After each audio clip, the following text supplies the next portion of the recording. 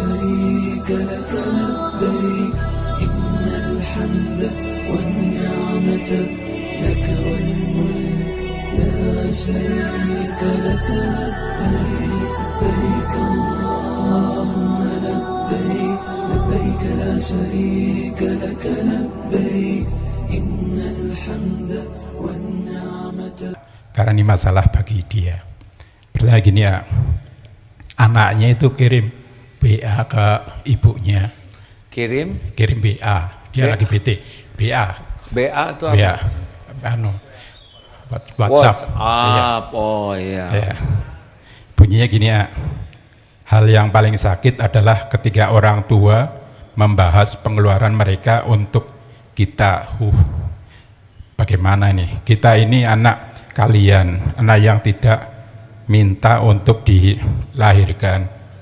Sekiranya tidak mau membesarkan dan akan perhitungan kenapa kami harus dilahirkan. Oh, ada orang tua yang hitung-hitungan ke anaknya gitu. Menurut anaknya gitu. Menurut anaknya. Iya, betul. Padahal merasa nggak pesen dilahirkan. Iya, betul lah. Kenapa hitung-hitungan? Iya, dan itu paling bete buat dia. Itu paling bete buat dia. Iya. Ada bete, ada bete itu kan butuh tausiah, bukan?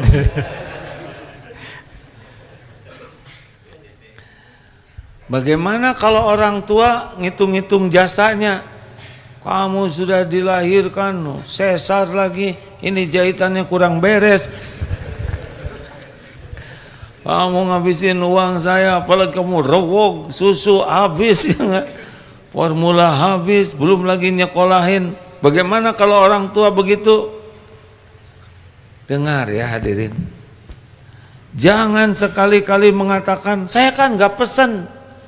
Ibu juga nggak pesen ngelahirkan anak yang romel kayak gini ya kan? Gak boleh. Orang tua kita apapun keadaannya, takdir Allah kita lahir dari orang tua. Kita tidak milih, Allah yang menghendaki kita lahir dari orang tua. Orang tua juga kalau tahu anaknya gak nurut, mungkin gak mau ngeluarin model kayak gini, ya kan? Kalau ada model lain, bukan model hadirin. Ya sekarang anak komplain nih, orang tua kurang baik, orang tua juga gak mau ngelahirin anak komplain. Tapi Allah yang menghendaki, kita harus terima takdir ini. Saya terima ya Allah dengan penuh rasa syukur. Saya diciptakan lewat orang tua. Nikmat pertama dalam hidup ini adalah nikmat penciptaan. Kalau nggak diciptakan kita nggak ada. Dan itu lewat orang tua. Terutama ibu hamil 9 bulan. Melahirkan, mempertaruhkan nyawa, menyusui, mengurus luar biasa. Allah menciptakan kita lewat orang tua, Allah mengurus kita diantaranya lewat orang tua. Tugas kita bukan komplain ke orang tua, tapi bersyukur kita diciptakan ada, kita syukur ada orang tua yang mau ngurus kita. Toh ada orang tua yang imannya kurang atau bahkan belum Islam, ada yang akhlaknya belum bagus, itu coupling orang tua dengan Allah. Coupling kita berbakti. Jadi nggak boleh sakit hati dengan omongan orang tua. Itu coupling orang tua dengan Allah. Coupling kita jadi anak soleh, anak yang berbakti, anak yang tahu diri. Mau tidak mau lebih banyak pengorbanan perjuangan orang tua dibanding satu patah kata itu. Satu patah kata dari orang tua itu adalah ujian saja. Ujian kita anak yang benar atau anak yang kufur nikmat. Apalah artinya sepatah kata orang tua? Mungkin kata-kata itu juga keluar gara-gara anaknya nggak tahu balas budi. Saya kira orang tua nggak akan mengeluarkan kata-kata menuntut, menyebut jasanya kalau anaknya soleh. Halo? Nih gini, sekarang anak ini baik, berbakti, sangat hormat, sangat benar-benar memuliakan orang tua. Sebelum orang tua minta, sudah diberi yang terbaik dari sikapnya, dari apa rezekinya yang bisa diberikan. Mau nuntut apa? Halo? Kalau kita tidak dikecewakan, nggak akan ada keluar kata-kata yang mengecewakan. Saran saya, tobat anaknya nih ya. Tobat. Ini teguran dari Allah atas perbuatan kita sebagai anak yang tidak tahu diri, tidak tahu balas budi, tidak ingat jasa pengorbanan orang tua. Kalaupun ada SMS yang nggak enak kayak gitu, anggap aja ini orang tua lagi emosi, lagi sedih, lagi kecewa. Bagaimana mungkin kita terluka oleh sepatah kata dari orang tua, sedangkan kita sudah mencabik-cabik begitu banyak perasaan orang tua. Bukan sehari dua hari, bertahun-tahun kita meremukan hati orang tua. Tobat. Tolong sampaikan jawabannya, tobat nasuha. Perkataan itu keluar diundang oleh dosa. Kalau kita anak yang berbakti, insya Allah nggak keluar kata-kata itu. Kalaupun keluar kata-kata itu, kalau ini anaknya anak baik misalkan, nggak ada luka di hatinya, hanya tambah tobat. Luka di hati itu berarti ada dosa.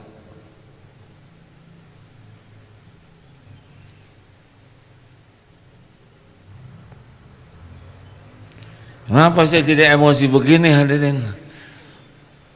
Nggak boleh kita sakit hati ke orang tua, memalukan sekali. Anak yang tidak tahu diri, tidak tahu harga diri, yang sakit hati ke orang tua.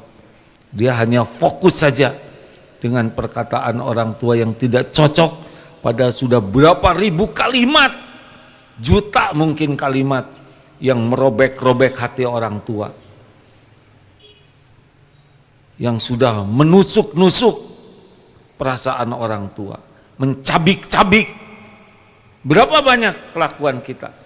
Berapa banyak raut muka kita yang masam ke orang tua? Gak boleh ya? Santri, tidak ada santri yang durhaka ke orang tua ya. Enggak akan selamat. Kalau kita sering sakit hati oleh orang tua, pasti kita yang gak benar. Karena kalau kita anak yang benar, enggak akan sakit hati. Akan pasang badan.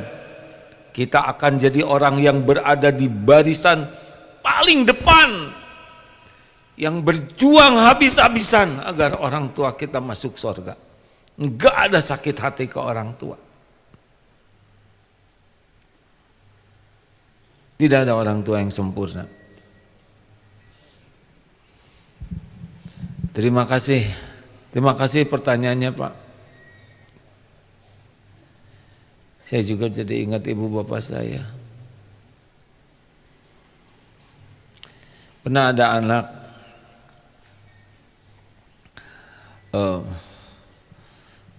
mungkin adik-adik udah dengar.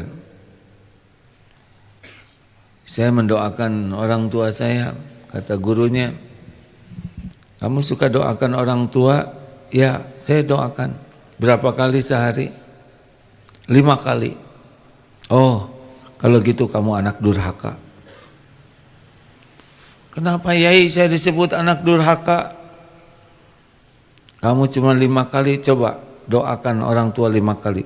Rabbik firli wali walidayya warhamhuma kama rabbayani shaghira. Rabbik firli wali walidayya warhamhuma kama rabbayani shaghira. Rabbik firli wali walidayya warhamhuma kama rabbayani shaghira. Rabbik firli wali walidayya warhamhuma kama rabbayani shaghira. Rabbik firli wali walidayya warhamhuma kama rabbayani shaghira. Capek tidak? Enggak. Berkeringat tidak? Tidak. Jadi lemes tidak? Tidak. Cuma segitu yang kamu lakukan tiap hari untuk ibu bapamu. Padahal ibu bapamu mencurahkan segala-galanya untukmu. Pagi, siang, malam menanggung semua kepahitan, penderitaan. Kamu cuma ngebales segitu. Itu juga nggak pakai hati. Hanya basa-basi mulut. Hanya itu. Kata kiainya, ini anak durhaka. Maksudnya ini adalah teguran supaya lebih sungguh-sungguh. Masa cuma segitu? Hah? Adik-adik bisa pesantren di sini, tahu nggak?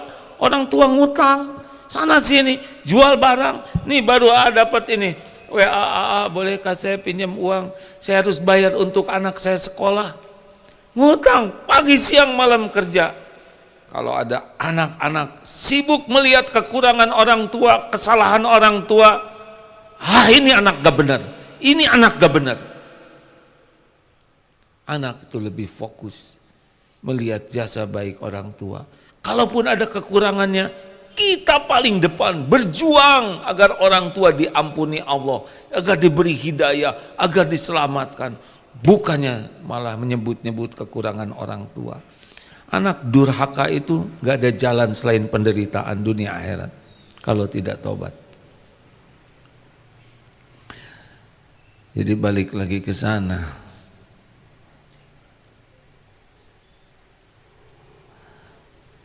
Nah, sebagai orang tua gimana? Qadarullah saya jadi orang tua dengan 11 anak.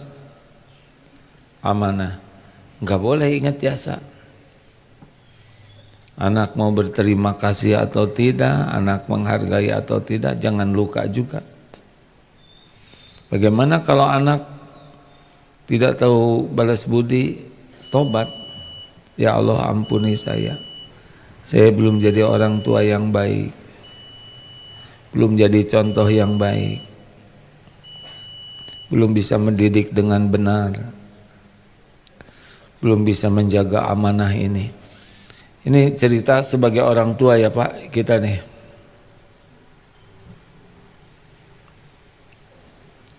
Kalau ada di antara anak-anak kita akhlaknya belum sesuai harapan, bahkan melukai hati kita, jangan sakit hati. Ada seorang ibu yang tidak terlalu mau anaknya banyak mengurus dirinya. Kenapa Bu? Takut anaknya tidak ikhlas, kemudian hati ibu terluka, lalu keluar kata-kata yang nanti bisa mencelakakan anak. Biarlah saya tidak menyusahkan anak-anak. Ada ibu yang kayak gitu, saking takutnya ada kata-kata yang tidak baik untuk anaknya. Kita sebagai orang tua tobat saja kalau anak belum sesuai harapan. Jangan pernah mengingat-ingat jasa baik. Jangan. Semua perjuangan kita adalah ibadah kita. Kalau anak tidak menghargai kita, kita tobat dan kita tetap baik. Kita doakan kebaikan. Ingat Nabi Nuh ketika anaknya tidak nurut, diajak naik kapal tidak mau.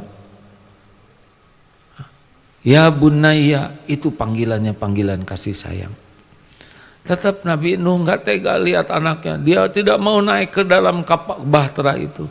Ya bunayya, wahai anakku, panggilan sayang. Dan Allah tahu Nabi Nuh sedih anaknya tidak patuh kepada Allah, sehingga Allah datangkan ombak yang tinggi yang menghalangi pandangan Nabi Nuh ketika anaknya hanyut, dihanyutkan. Jadi ada penghalang sehingga ayahnya tidak melihat anaknya binasa. Itu kasih sayang Allah kepada Nabi Nuh. Hidup ini hanya mulia dengan kasih sayang. Kepada para orang tua, berhentilah berharap. Jangan diingin anak berterima kasih. Dididik supaya berterima kasih boleh, tapi mendidik anak bukan investasi. Mendidik anak adalah amal soleh kita. Kalau kita mendidik anak sebagai investasi, itu kurang baik ya. Mendidik anak adalah ini amanah Allah. Ini adalah ladang amal dari Allah, memberikan yang terbaik. Kalau anak-anak belum sesuai harapan, perbanyak tobat dan jangan berhenti berbuat kebaikan. Sampai kapan kita berbuat baik ke anak? Sampai kita mati. Kenapa? Padahal anaknya sudah besar, sudah balik, sudah nikah. Kenapa kita berbuat baik? Karena berbuat baik adalah amal soleh. Tapi anaknya belum tidak tahu terima kasih, teruslah berbuat baik. Nanti Allah yang membulak-balik hati, bukan kita yang menyolehkan anak-anak.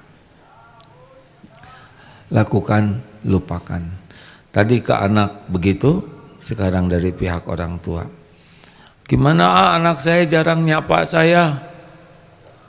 Jangan sedih, kita yang nyapa saja. WA saya udah contreng 2 biru tapi nggak dibalas. Berbaik sangkalah, anak sedang sibuk, sedang ngurus keluarganya.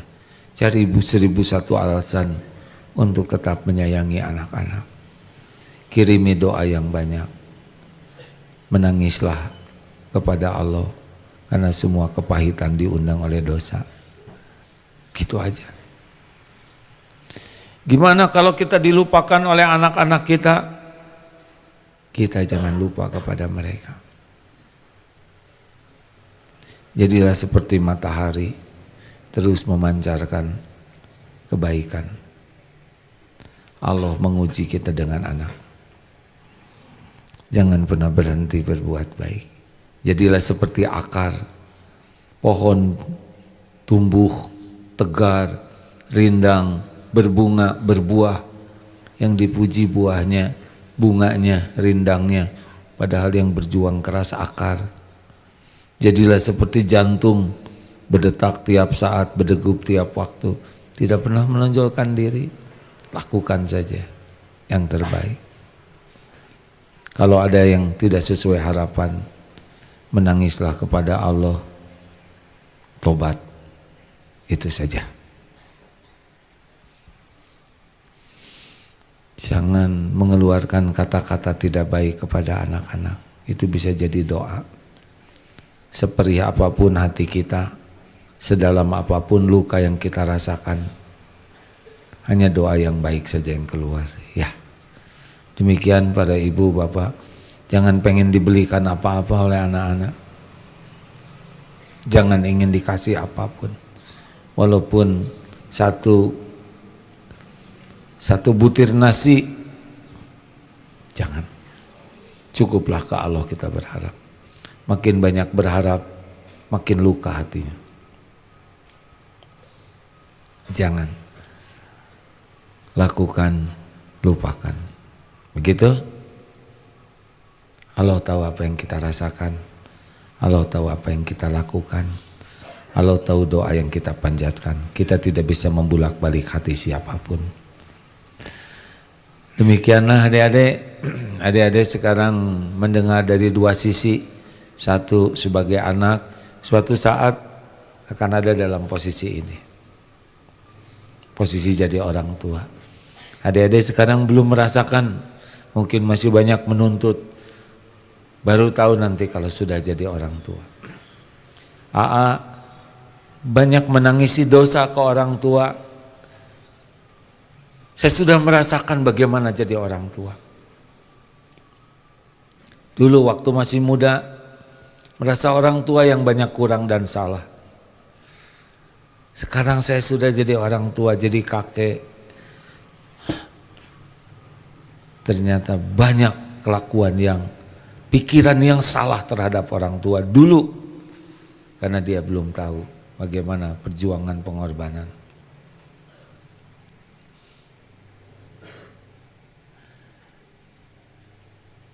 Ngejaga anak laki-laki tidak mudah deh. Tidak mudah. Lebih tidak mudah lagi jaga anak perempuan. Tapi nanti harus siap. Ini para orang tua, kita nyekolahkan anak, berhutang sana sini, pagi siang malam berjuang, tidak ada habisnya untuk ngebiayain anak supaya anak bisa makan, bisa sekolah, bisa punya sepatu, punya seragam, bisa punya tas. Itu tidak mudah, hadirin. Tapi nanti anak udah dapat kerjaan, kemudian nikah. Jangan pernah berharap kita ditraktir atau gajinya untuk kita. Punya gaji nanti diserahkan ke istrinya, udah ridho. Hah, aku yang menyekolahkan, besarkan, kok diam. Beli HP, istrinya diberikan HP yang bagus, ke orang tua enggak apa-apa sama sekali. Jangan iri, dah itu udah rezeki mereka. Punya anak perempuan, dijaga, dilindungi, pagi siang malam takut ada apa-apa dengan anak. Nikah dibawa oleh suaminya, sudah nggak apa-apa. Jangan merasa kita berjasa. Dah, semua yang kita lakukan adalah kewajiban. Penting sekali untuk menata hati. Terima kasih. Allahumma sholli ala sayyidina Muhammad wa ala alihi wa ashabihi ajma'in. Allahumma ighfir lana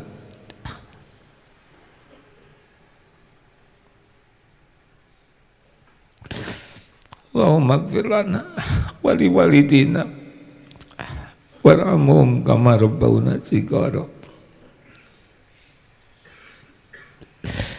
Ya Allah, ampuni semua dosa kami kepada orang tua. Engkau menyaksikan apapun yang kami lakukan. Engkau tahu berapa banyak luka di hati orang tua. Ya Allah, Engkau sudah dengarkan apapun yang kami ucapkan. Engkau sudah saksikan apapun yang kami lakukan kepada orang tua. Engkau tahu betapa banyak penderitaan, kesengsaraan orang tua karena kami. Ya Allah, ampuni semua kedurhakaan kami, perbuatan buruk kami, yang sengaja, yang tidak sengaja. Ya Rabb, kami mohon jangan golongkan kami jadi anak durhaka. Berikan kesempatan ya Allah sisa umur ini. Umur yang tersisa ini jadi anak yang berbakti, anak yang bisa membahagiakan orang tua. Jadikan doa kami, akhlak kami jadi jalan ibu bapak kami bahagia di dunia ini, di alam barzah ya Allah, di yaumul hisab, dan di surgamu kelak ya Karim. Ampuni dan sayangi orang tua kami ya Allah. Jadikan semua jerih payahnya benar-benar berbuah pahala melimpah. Jadikan kebaikan apapun yang kami lakukan menghadirkan pahala bagi ibu bapak kami. Selamatkan orang tua kami ya Allah. Ampuni semua dosanya sebanyak apapun. Terima ya Allah semua kebaikannya sehalus apapun. Jadikan sisa umur orang tua kami jadi ahli taat, ahli taqwa. Jadikan akhir ayat orang tua kami husnul khotimah. Lindungi dari su'ul khotimah. Jadikan alam barzah kuburnya jadi taman surga ya Rabb, indah, lapang, bahagia. Jadikan setiap doa kami menambah kebahagiaan yang di alam barzah. Masukkan orang tua kami ke surga ya Allah tanpa hisab, tanpa azab. Rabbana kumpulkan kami di surga ya Zal Jalali wal Ikram. Allahumma ighfir lana wa li walidina warhamhum kama rabbawna shighara. Rabbana atina fid dunya hasanah wa fil akhirati hasanah wa qina azabannar. Subhana rabbika rabbil izzati amma yasifun wa salamun alal mursalin walhamdulillah. Alhamdulillah. Mohon maaf hadirin. Subhanakallahumma bihamdik asyhadu alla ilaha illa anta astaghfiruka wa atubu ilaik. Assalamualaikum warahmatullahi wabarakatuh. Allahumma salli ala sayyidina Muhammad wa ashghili adh-dhalimin bidh-dhalimin. Allahumma salli ala sayyidina Muhammad wa ashghili adh-dhalimin bidh-dhalimin.